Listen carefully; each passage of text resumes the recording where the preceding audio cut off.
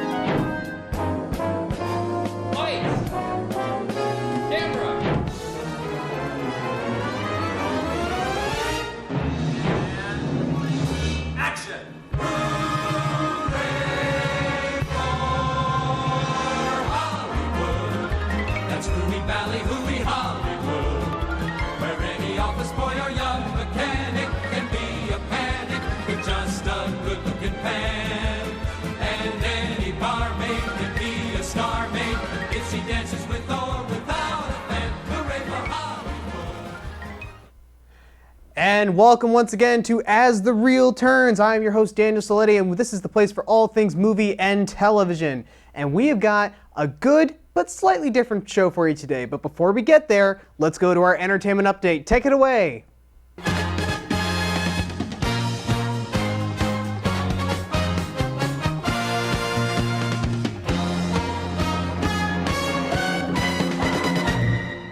This is Rory Knox with your entertainment update.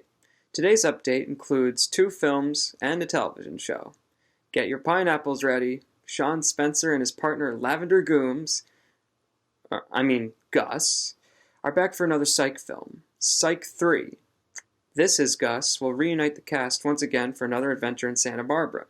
This time the story will focus more on Gus, naturally, and will be streaming on Peacock today, November 18th. I'll be honest, I didn't think we'd have to take our pants off for this. I didn't ask you to. Well observed. That's the power of love.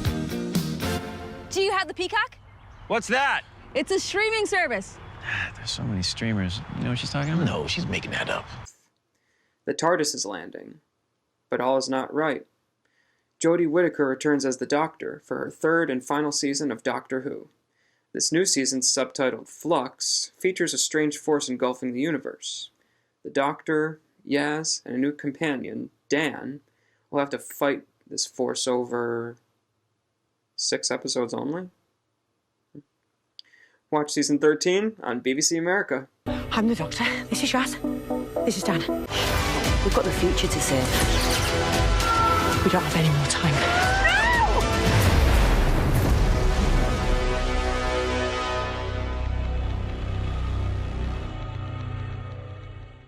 Finally, and I mean finally, Indiana Jones 5 is getting closer. Despite being pushed back again and only having a few pictures, we now have some behind-the-scenes footage released. Take a look.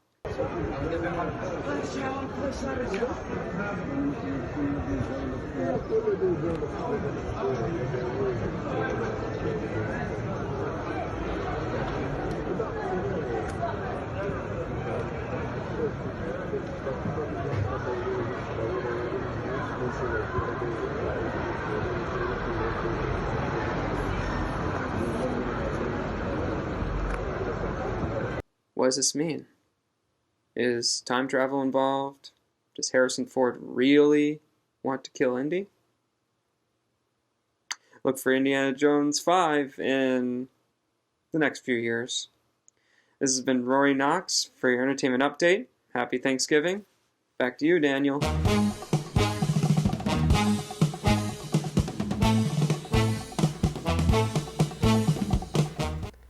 Thank you for that, Rory. Yes, Rory Knox 18's Mac Towner. If you like 24, definitely check out my version of it called 18. He did a great job in that, and he did a great job with the entertainment update. So like I said, we got a good but different show for you today because we're going to do a few clips differently. But let me tell you this, it is a show, we're doing a TV show this time, that has spanned 13 seasons completely, and a few other things here and there. It's a cult classic that wasn't huge but has become huge. It's called Mystery Science Theater 3000. You don't got movie sign till I say you got movie sign, capiche? All right, go ahead, you crumb bums. Thank you.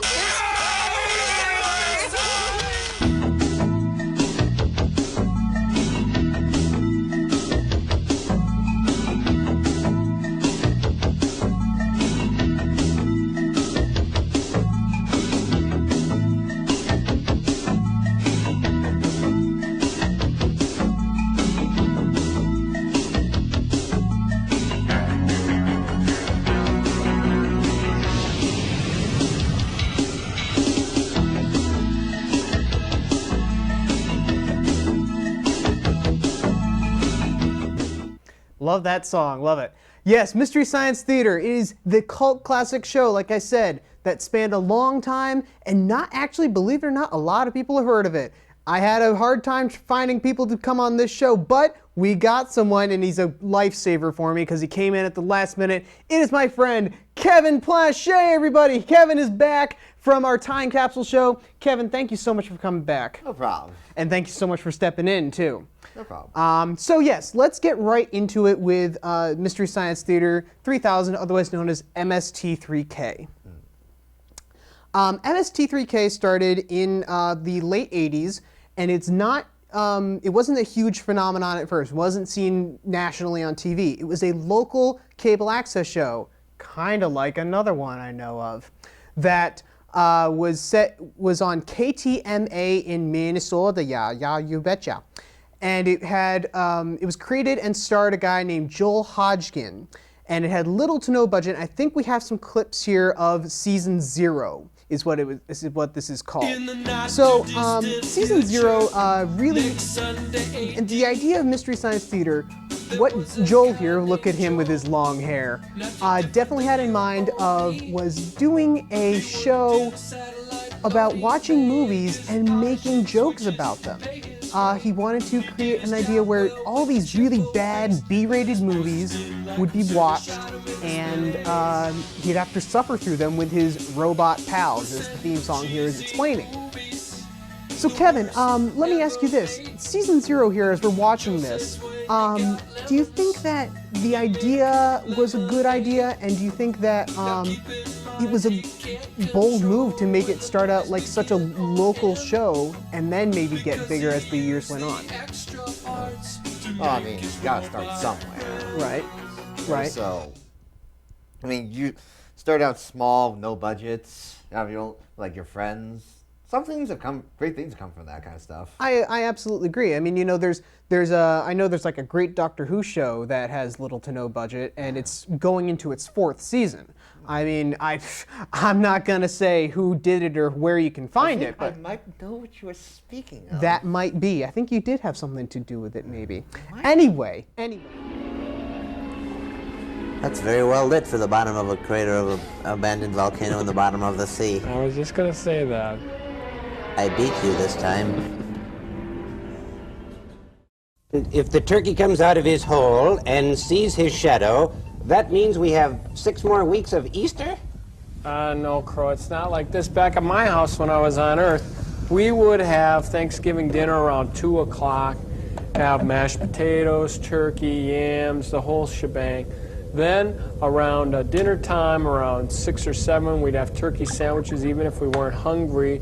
Then later that night, my mom would cut up the turkey some more and put it in Tupperware for the drive home. And for breakfast, turkey crisp cereal. Right. Anyway, yes, so this show did become pretty big.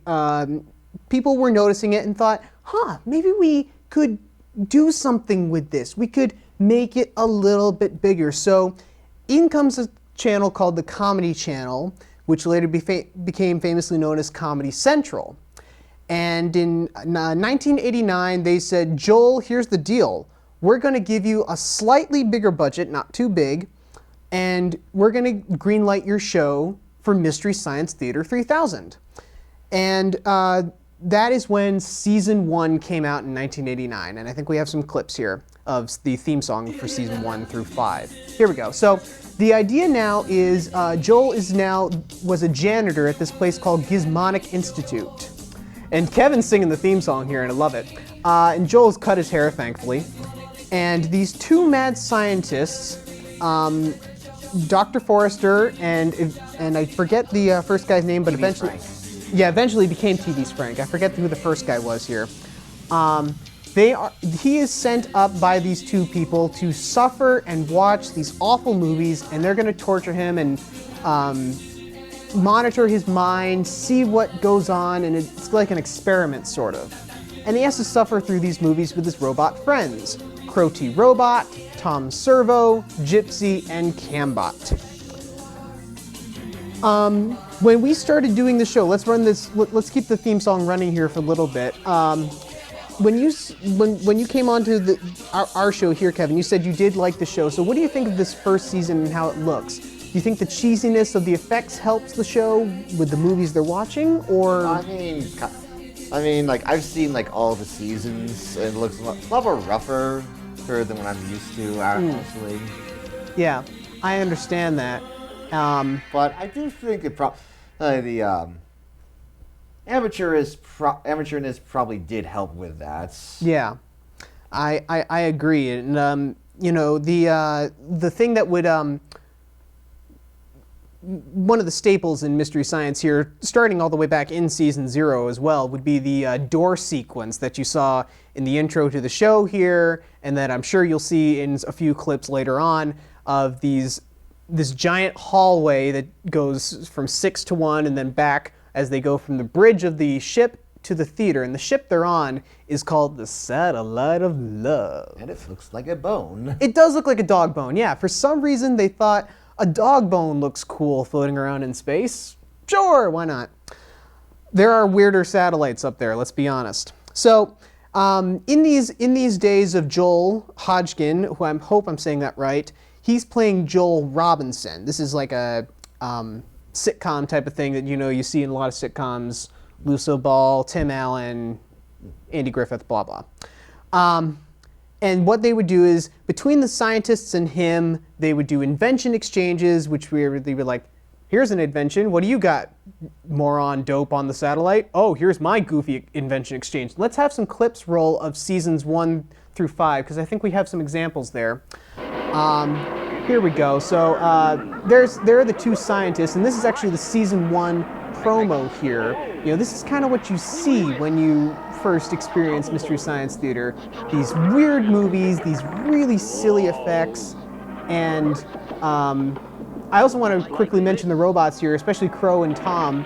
Tom Servo is obviously a gumball machine, and Crow T. Robot obviously is made up of a cross racket and a bowling pin.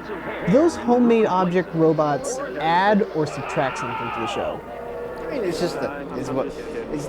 iconic look, even if it's very, again, amateurish looking. Yeah.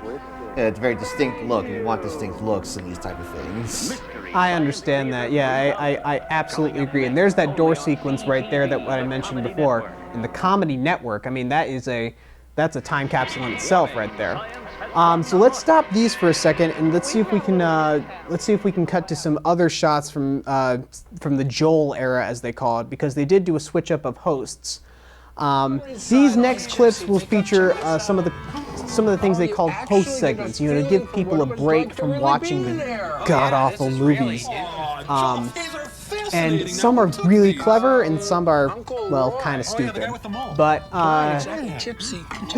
you think this is a good way to introduce the show? They address the audience here. You see Crow addressing the audience. Do you think it's nice to bring the audience in, or just let them suffer with the movie? That depends on what the movie is. Some movies you need breaks from. Yeah. I mean, there are some really bad ones, and I mean really, really bad ones. We're not talking like Birdemic bad. No, and we're not talking like, Shark Boy and Lava Girl bad, but But I'm not saying that maybe those should be involved in one of these rebooted seasons that we'll get to. Maybe. Just maybe. Just maybe. So here you see some examples of the invention exchange, and then let's watch some of the jokes here as they review this film.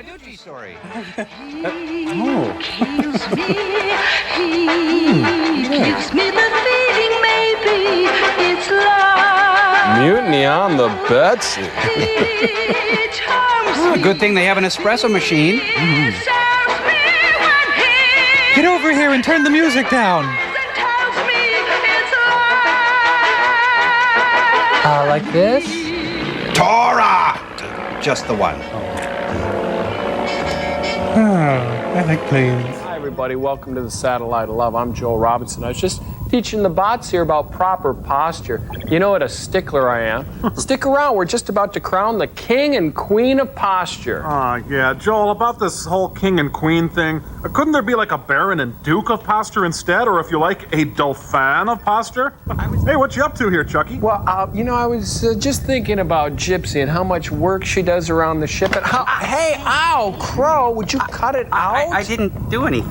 Oh, yeah, right. Anyway, I was noticing in today's experiment how they had 2 levers that controlled everything. Ow, right in my skull. Would you stop that? Joel, I'm not doing anything. It was Timmy. Yeah, sure. Row, row, row your boat gently down the stream. Row, row, row your boat. Come on, sing, sing, sing, damn it, sing. Row, row, row your boat, that's it, sing. Down the stream, yes.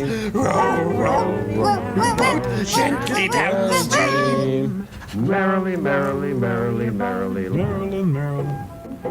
Our man from U.N.C.L.E. will return after Slug bug. Ow!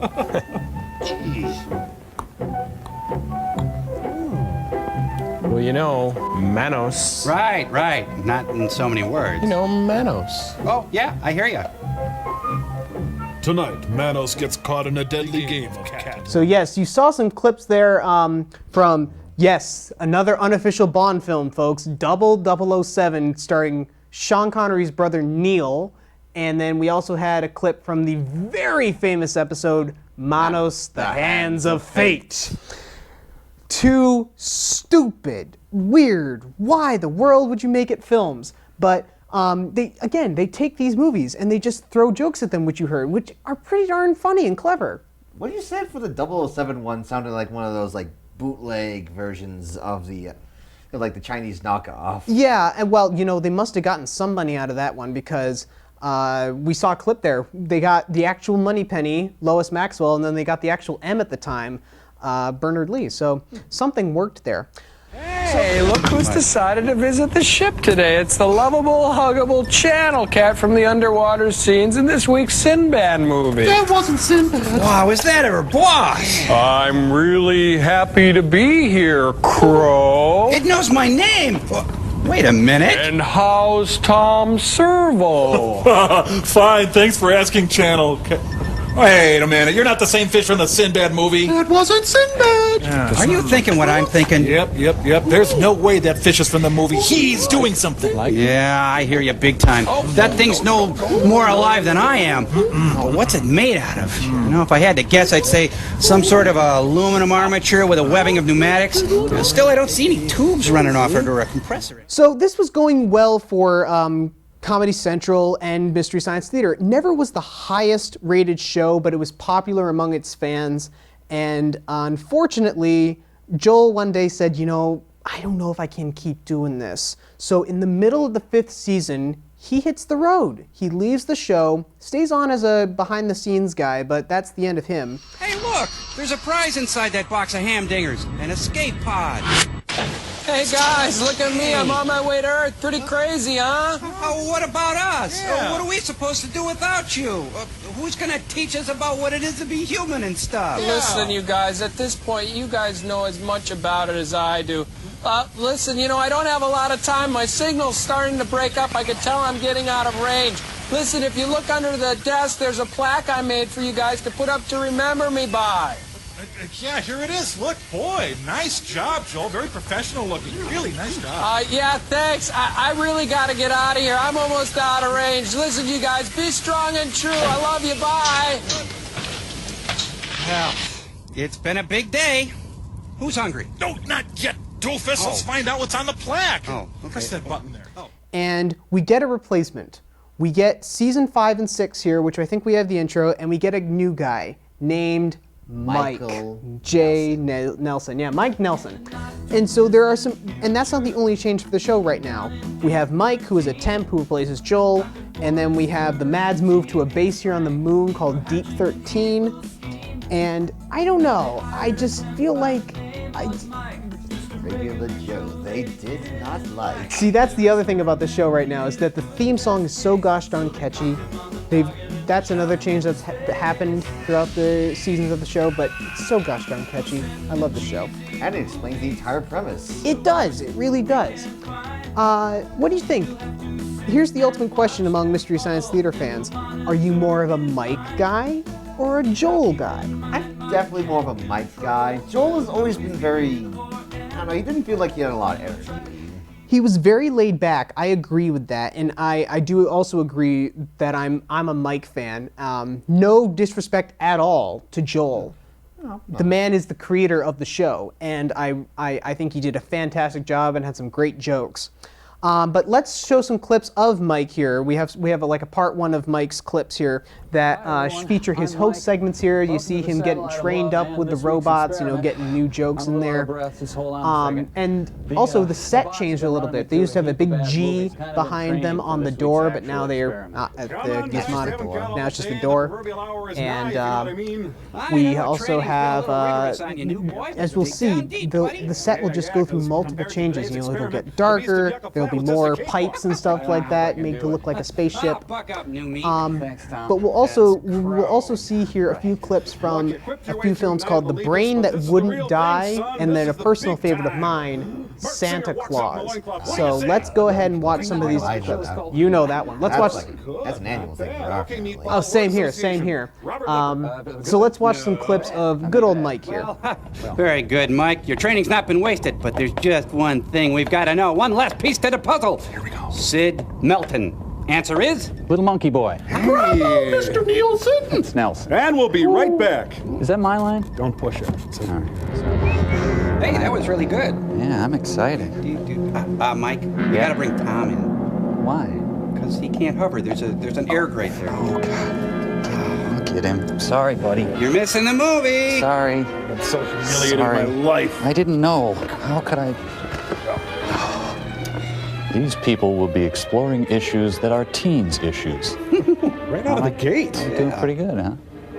Just give it time. By permission of Laurel Records. Oh, please, Laurel Records, let us use the web. Come on.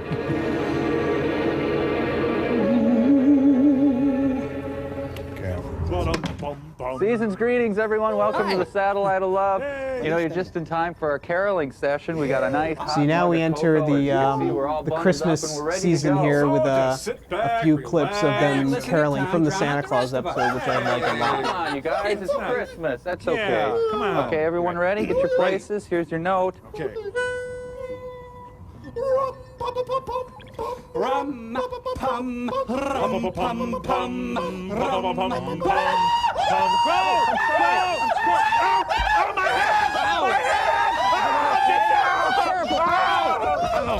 We'll be right back. I think. Noel. This music's mocking us. Hey, all right. Christmas is going to Mexico for spring break. Ooh, dude. Pate. Jingle bells, Batman smells, Robin laid an egg. Batmobile lost a wheel and the Joker got away. Here are Santa's helpers from Spain. Hey, children on the verge of a nervous breakdown. Clap on. Clap off.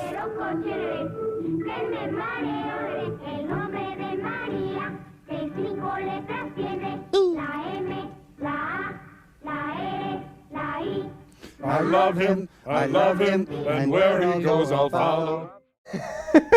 Boy, it doesn't even look like he wants to be there. It's so hard to watch, but I love those scenes. You know, bringing Tom Servo in, and I love him, and where he goes, I'll follow. It's so bad. Let us all now sing our praises to the Lord today. Although you may not share our belief system, which is perfectly okay. Maybe you worship an abstract being that is kind of vague. Or maybe you just worship a guy whose name is Greg. So yes, there you can definitely see a change between the two. Like we mentioned how Joel was laid back and then Mike is a little bit more energetic. We discussed who you favor more than the other, but was it a good change to do that? Do you think they could have gotten someone more like Joel, or do you think a complete 180 what they did here was better? I mean, I like the change, but I don't know if like I'm reflective of everyone. Yeah. I mean, I don't know. I mean, they're still on Comedy Central at this point. They won't be staying there for too much longer, but again, between the character, the set, the door sequence, and just the tone of the show, I don't know. This I think was a good move for them. So we enter now. That whole idea stayed the same for about seasons 5 through 6, and then now we enter season 7, which brings on more changes. We don't have TV's Frank anymore. That was completely gotten rid of. He came in. Dead. He's dead. Yeah, we brought him in at season 2 and stayed there throughout the entirety of up until 7. And then the evil mad scientist there, Dr. Forrester, played by Trace Beaulieu, I think his name is. I don't know how to pronounce it. I hope I'm pronouncing that right. He is now by himself at this point. He is kind of torturing Mike himself, or is he? Because at the end of the season 7 theme song, which let's play right here, we see a special guest. He says the words, "Did you know my mother was here?" Yeah, okay, so now we have Dr. Forrester's mother involved?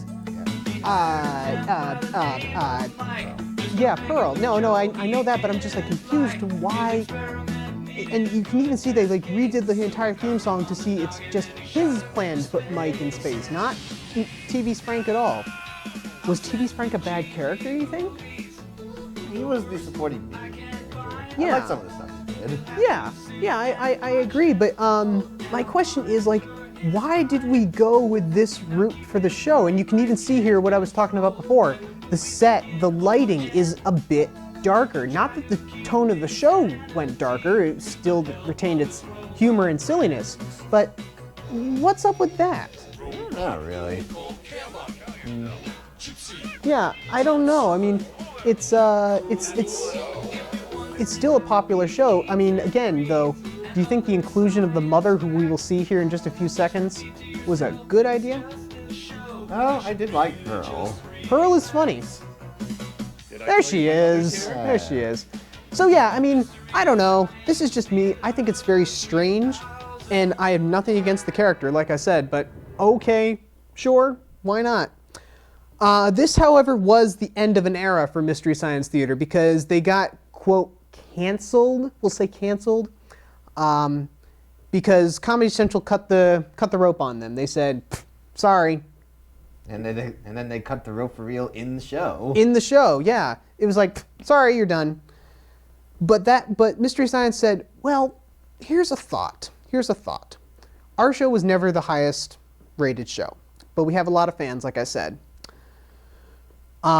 Which was actually another thing about the fans. At the end of every episode, they say, keep circulating your tapes. Right. So like they want to tell people, hey, keep watching the show here. I also remember they used to do they usually did the fan mail. Yep, the fan mail. The fan mail was good too, yeah. They'd have a little post office box number, still in Minnesota. We just wanted to read a few of the many congratulatory telegrams that we've been receiving over the course of the campaign. Crow? Here's a congratulatory, here we go, right here. This is from Erica Rodriguez-Fletcher. Hi. And Erica writes, your show has been a part of our lives since I was in the 4th grade. Wow. I'm in high school now, and we still watch your show. Wow. Makes me happy to see our family laugh their heads off together. Wow. We have a pretty stressful life, but you relieve it from us all. Thank you. That's sweet. Yes, thank you, Erica. So, with all this, they said, well, let's just think about something here. We're a show about movies. Each episode is 2 hours long, like the length of a feature film. What if we made a feature film? Oh, yes. Yes. Yeah. So in comes the trailer for Mystery Science Theater 3000. The movie. The movie. What the heck were they thinking, if you ask me? Because this is essentially just a giant episode. There's nothing huge about it. Literally, the trailer says it. This is one of those Hollywood movies. Okay, they had a slightly bigger budget. So they were able to do their cheesy effects maybe like 1 degree better. Like you see, they have a bigger set. The satellite looks better. But they still do cheesy stuff like, yeah, Mike broke the Hubble. So it's like they still do crazy things like that. Let me ask you this. Do you think that having this type of thing for Mystery Science Theater, a show about movies, was necessary? Not, but I enjoyed it regardless. Oh, so you have seen this film? I've seen it, we haven't. You have it, okay. See, I tried to watch it, but I felt like it's dragging a little bit, because I felt like, I want to watch Mystery Science Theater, and they're doing more, quote, host segments. I thought the host segments in this one were good. Yeah, and they're more like just in-between ones now, because they got to fill up more time. But you can see here they watched the quote science. This island's Earth. Yeah, the Can science. be yours if the price is right. Yeah, the science fiction epic there, This Island Earth. But I've also heard that wasn't that bad by itself. So was it worthy? Worse, I wouldn't say. It's probably like of its time. Of its time. Yeah, definitely like sort of like B movies kind of stuff. Okay, interesting. Very interesting. So this was not, despite what we've said about the good parts here and there about the movie, this wasn't the biggest success, and they knew it, I think. But it did something right, because in comes another channel saying, "Hi, we're the Sci-Fi Channel, and we want to pick up your show." So I call it a extremely soft reboot, because I think they were just picking up where they left off. In comes season 8, and we have the intro here. Yeah, there we go with the song again. Time and space. Anyway, many changes come here though. We have no Dr. Forrester. He is gone. Clayton Forrester is gone. His mother is now taken over. Pearl is hunting Mike around the galaxy, stalking him, torturing him still with cheesy movies, the worst she can find. La la la. Anyway, and she's not alone. She has her own minions, not TV's Frank, but which is a cheesy name if you think about it, which is ridiculous. Well, it's kind of cheesy to probably going for. Oh, exactly. She's got her own minions in the form of, and these are actual names too, Bobo the monkey and Brain Guy the Brain Guy. Yes. So the other Which thing, are actually played by the guys who play the robots. yes, and that's the other thing you have to realize about this show is that not one person has one singular role. Kevin Murphy, who's done Tom Servo for the longest of times, played Bobo. He played guest spots when they needed them, other characters, and blah blah. Dr. Forrester there played Crow for a little bit in the early years. Now we have Bill Corbett doing Crow, which is a very funny thing, I might add. They reference the fact that Crow's voice has changed slightly. Oh, your bowling pin changed. Clever. So this proved to be a nice change for Mystery Science, and we have some clips here of Mike Part 2, sort of, when Season 8 and Season 9 came around. And this is from one of my favorite episodes of all time. And you see Crow here actually do something cool. We see his legs, because the other thing you have to realize is that they're puppets. Yeah. Which is really cool. I think that's a cool aspect. What do you think about actually the bots being puppets? Do you think that was a good move? Do you think they should have been actual robots? No, I think puppetry is very much in line with what they do. They're very homemade stuff. These are the beginning cheap, but it's like easy to use. Absolutely. A lot less can go wrong. So here's the opening credits for a movie called Hobgoblins. Let's watch this. This is totally funny. Paige Sullivan. Stephen bogs this whole movie down. That's good. Oh, the cheap sequel to Billy Jack. Frank. Is she related to Wacky T-Backy? And I'm leaving. No, bro, come on. No, come back now. Just don't try so hard. Come on. Here you go. Carrie French. I bet she loves that dressing. Sorry, I hate myself. Goodbye. No, Crow, get back here. James Mayberry, RFD. Oh, I hate myself too. Come on, get back in here. Come on. Hey, Servo, no. No. I can't, Mike. I'm out of here. Sit back. Sit. Oh, Crow. No, I can't take it. Get back in. Sit down. Sit down. Get back in here. Sit down. Come on. No, don't. Come back here. Come on. No, we're going to sit down. We're going to calm down. We're going to watch this movie. Gypsy! Michael Nelson is Lord of the Dance! Oh! Did the other one die? No. Anyway, Michael Nelson is Lord of the Dance! 3, 4.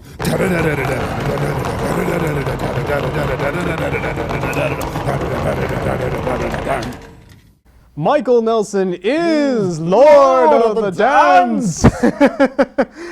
No, yeah, Hobgoblins there, right up there, like with Monos as being this awful movie, and that what they say and do during that opening credits is hilarious when they're both walking away, and I love it when the name shows up, Hobgoblins. Oh, the end credits. That was a quick movie. It was terrible, but it was quick.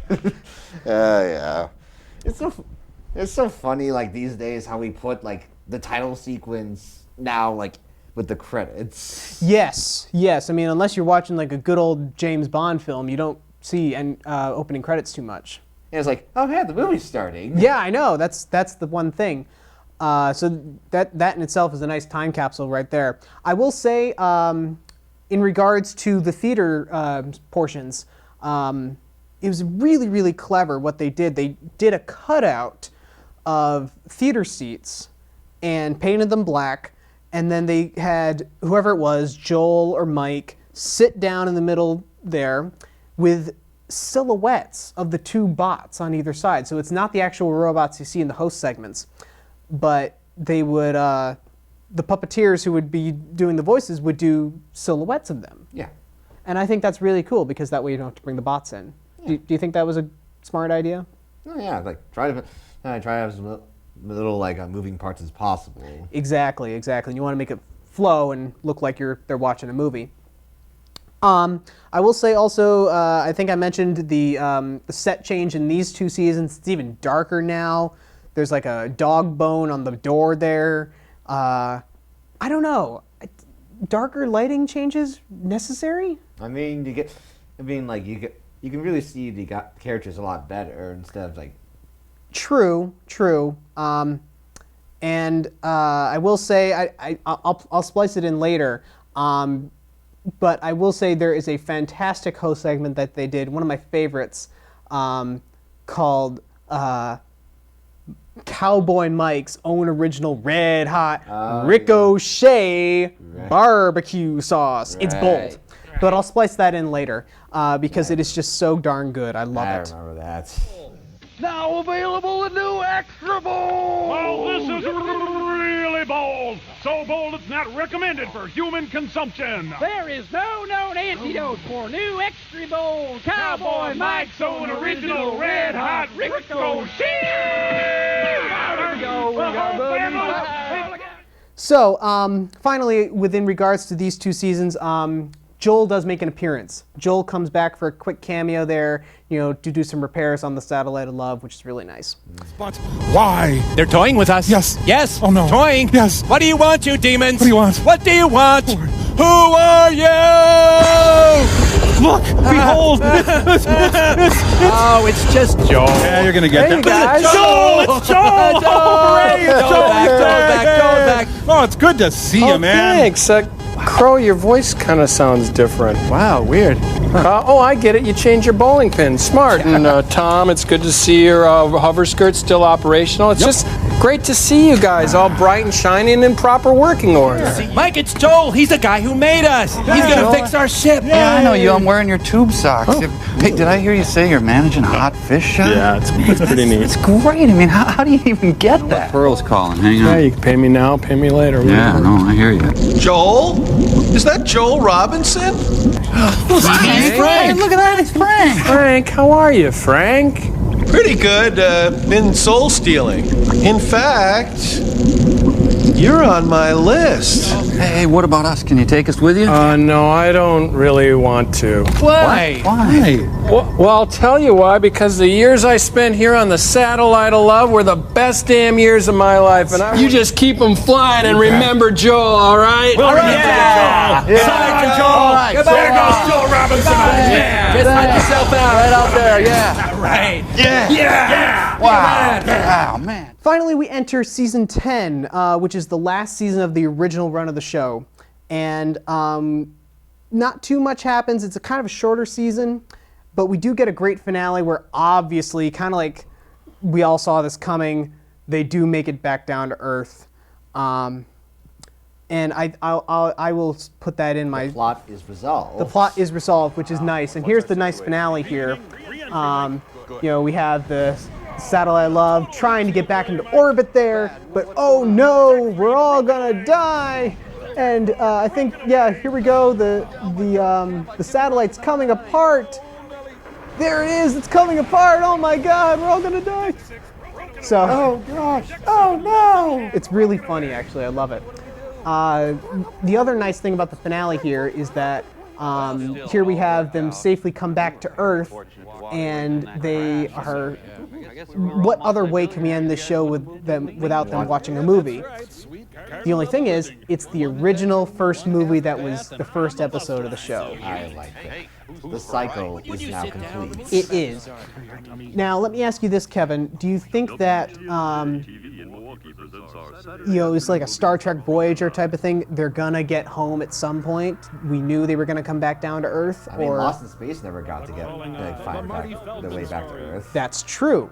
Do you think we saw this coming, though? Do you think it was like bound to happen? It was probably going to be, if they finished the show and they actually got like warning for it, they were probably going to end it like that. Yeah, I agree.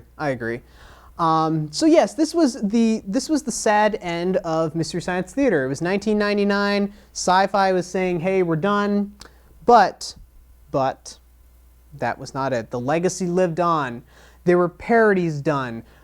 There were fan-made versions done, which one of my favorites of all time was some guy got the red jumpsuit of Joel, made himself look like Joel, made his own Crow and Tom Servo, his own set, everything, and they watched Star Trek V: The Final Frontier. That is dedication. It was so much dedication. I don't know if you can find it online, but if you find me, I will let you borrow my DVD copy. How's that? So that.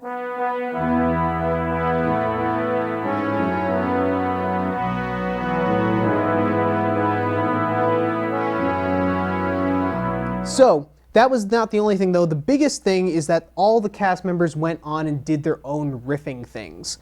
Joel, Trace Bellew, and TV's Frank, otherwise known as Frank Conniff, did their own thing called Cinematic Titanic. I've seen at least like one of them. How are those? They're fine. I've only seen like a couple. Well, like one I think I saw live. Another we have like a DVD of live events. Yeah, they do a lot of live events with everything now. But probably the most popular thing they've ever done is Mike, Kevin Murphy, and Bill Corbett have all come together and done a thing called Riff Tracks. Some movies have it coming. Yes. This awesome theme song for Riff Tracks. And the thing is with Riff Tracks here, although they do references to MST3K, Manos, you'll see the Satellite of Love, It's over, even now. See, you're singing all these songs. You know all these songs, which I love. The thing is here, though, they will not just do bad movies. They'll do pretty much anything. They'll do good movies. They'll do memorable movies, and they'll still do bad movies. They'll pretend it's all bad. Yes. They will, like Mystery Science Theater, think they're being tortured again. But what do you think? Do you think it's wise for them to do even good movies with RiffTrax? Because there's always something you can mock even the favorite movies. Absolutely.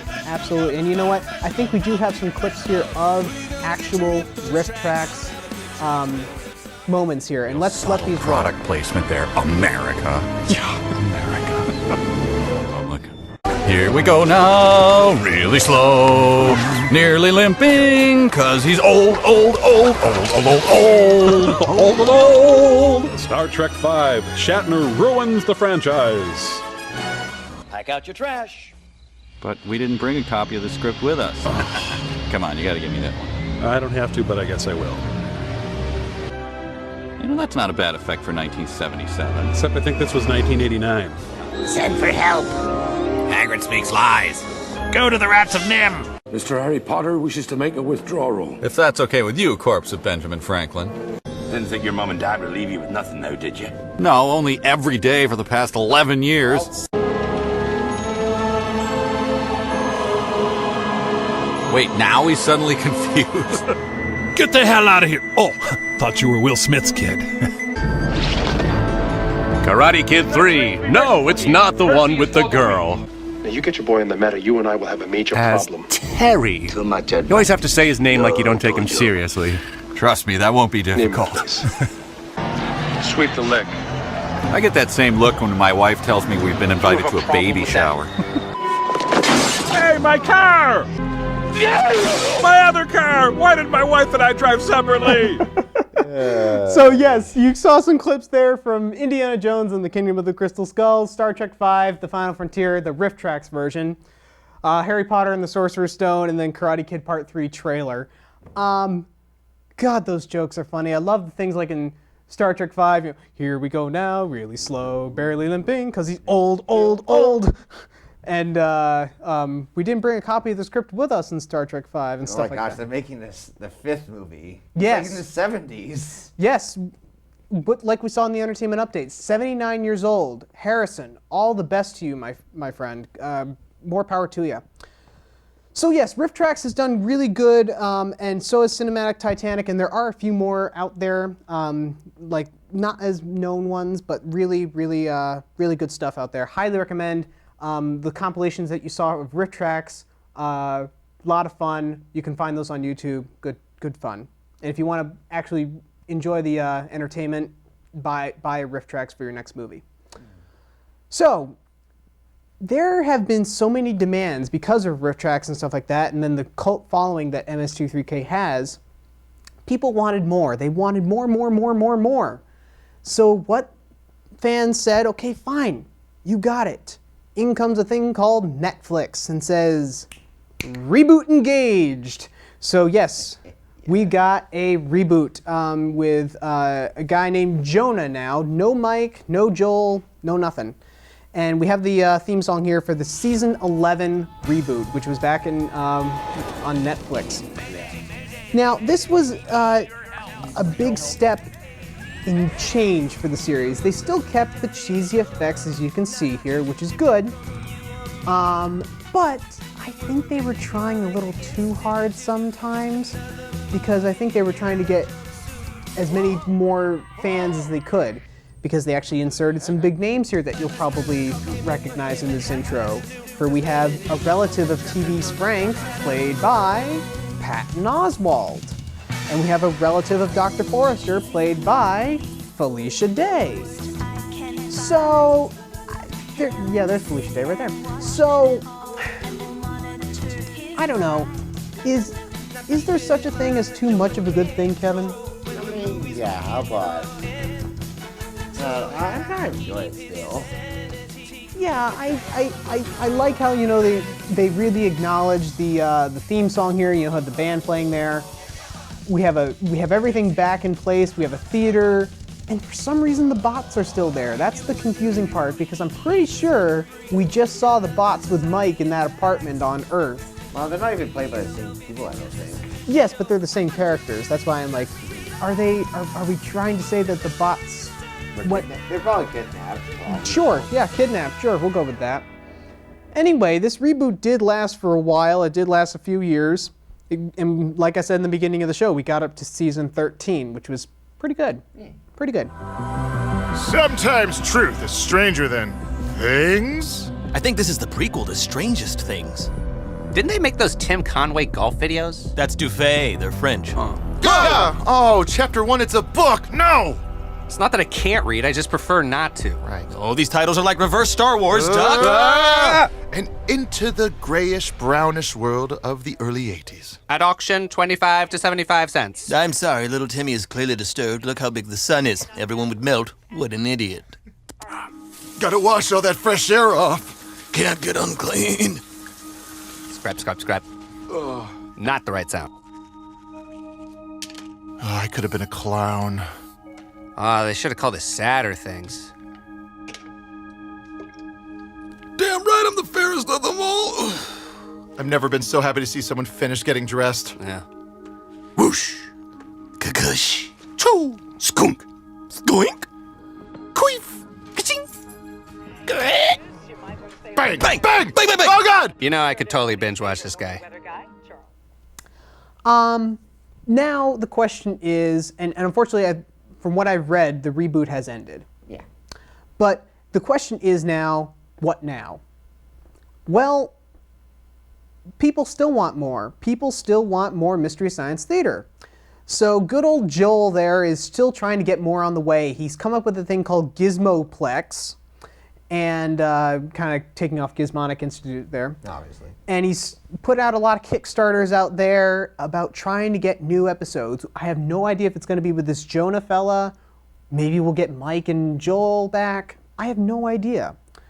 But what do you think? Do you think that, kind of like the reboot here, we need more Mystery Science? Do you think it's a wise choice for Joel to go out there and ask for all these Kickstarters? Well, these people have been really smart in their writing, and there are people who want it. Yeah, yeah, I agree. And I mean, with a show that has this big of a cult following, a lot of cult followings are getting reboots nowadays. So and sequels too. So if anything, money. Yeah, that's for all the money. So for all I know, this could actually happen. And I wish everybody all the luck with that. Now, you're probably wondering, here we are in November, and we're covering Mystery Science Theater for this month's show. Many people ask me, though, because when we did this originally on my radio show version of As the Real Turns, why are we doing this in November? What does this have to do with Thanksgiving? Answer! There is a thing that started way back when they were on Comedy Central called the Turkey Day Marathon, which they would show a handful of classic episodes of Mystery Science Theater, and they'd have like little host segments in between them, and sometimes they'd have celebrity guests, including Batman's own Adam West. Adam West. Exactly. So what are your thoughts on doing a, of all things, Thanksgiving-related marathon of Mystery Science Theater? Very fitting. Very fitting. Why is that? Well, Thanksgiving is the time we all come together and mock the bad movies. That's fair. That's fair. And I mean, what else can you do after the football games are done, the parade is done, you're full. And you still have all the people stuck in your house. They won't leave. That's true. You watch bad movies and listen to fun jokes. I think that's a reasonable explanation. I like that. So yeah, I highly recommend it. It's varied throughout the years of which channel they're on, but if you look on it online, they do a live stream of it on YouTube, I know. I think Shout Factory owns them right now. They do, yeah. So look for the live stream on YouTube this Thanksgiving of the Turkey Day Marathon.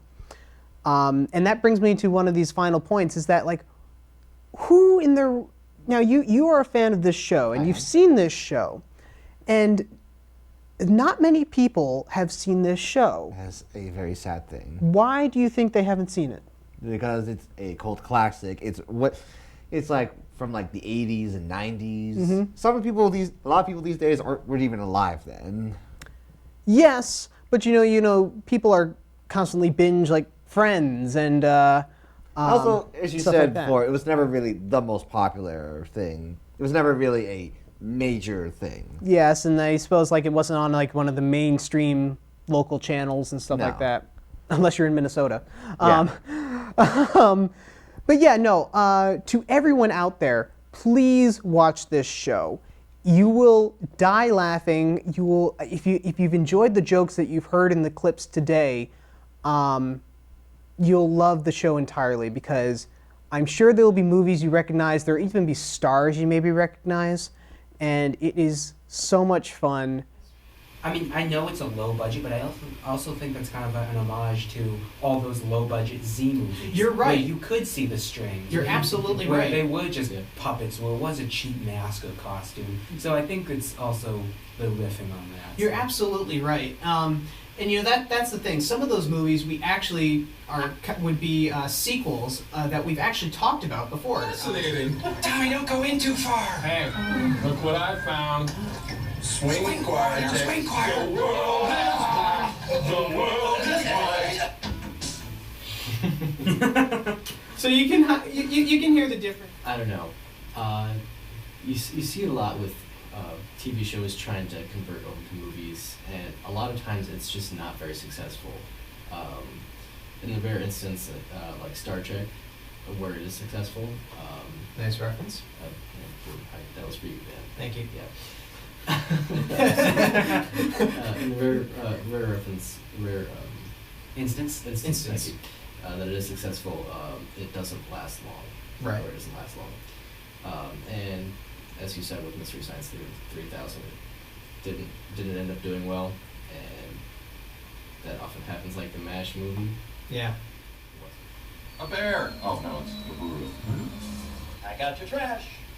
But we didn't bring a copy of the script with us. Come on, you gotta give me that. I don't have to, but I guess I will. Well, that's not a bad effect for 1977. Except I think this was 1989.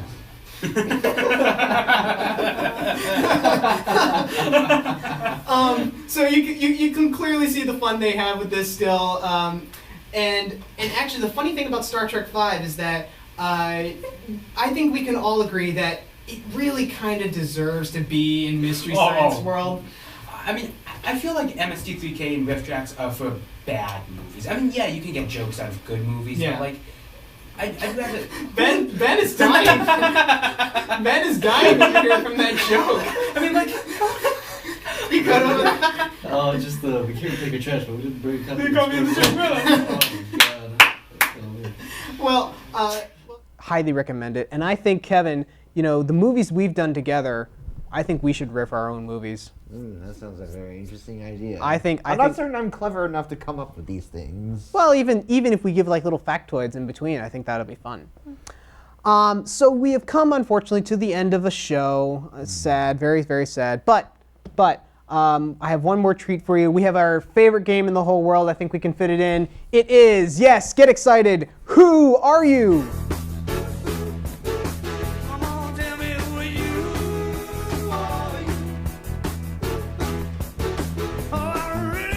Yes, it is time for Who Are You? A very favorite game.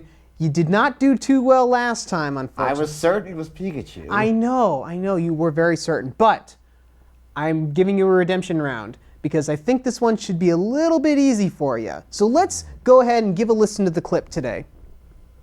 Ruff, look at this. Is this what you call a Thanksgiving Day dinner? Did we come across town for this? We were supposed to be served a real Thanksgiving dinner. Okay.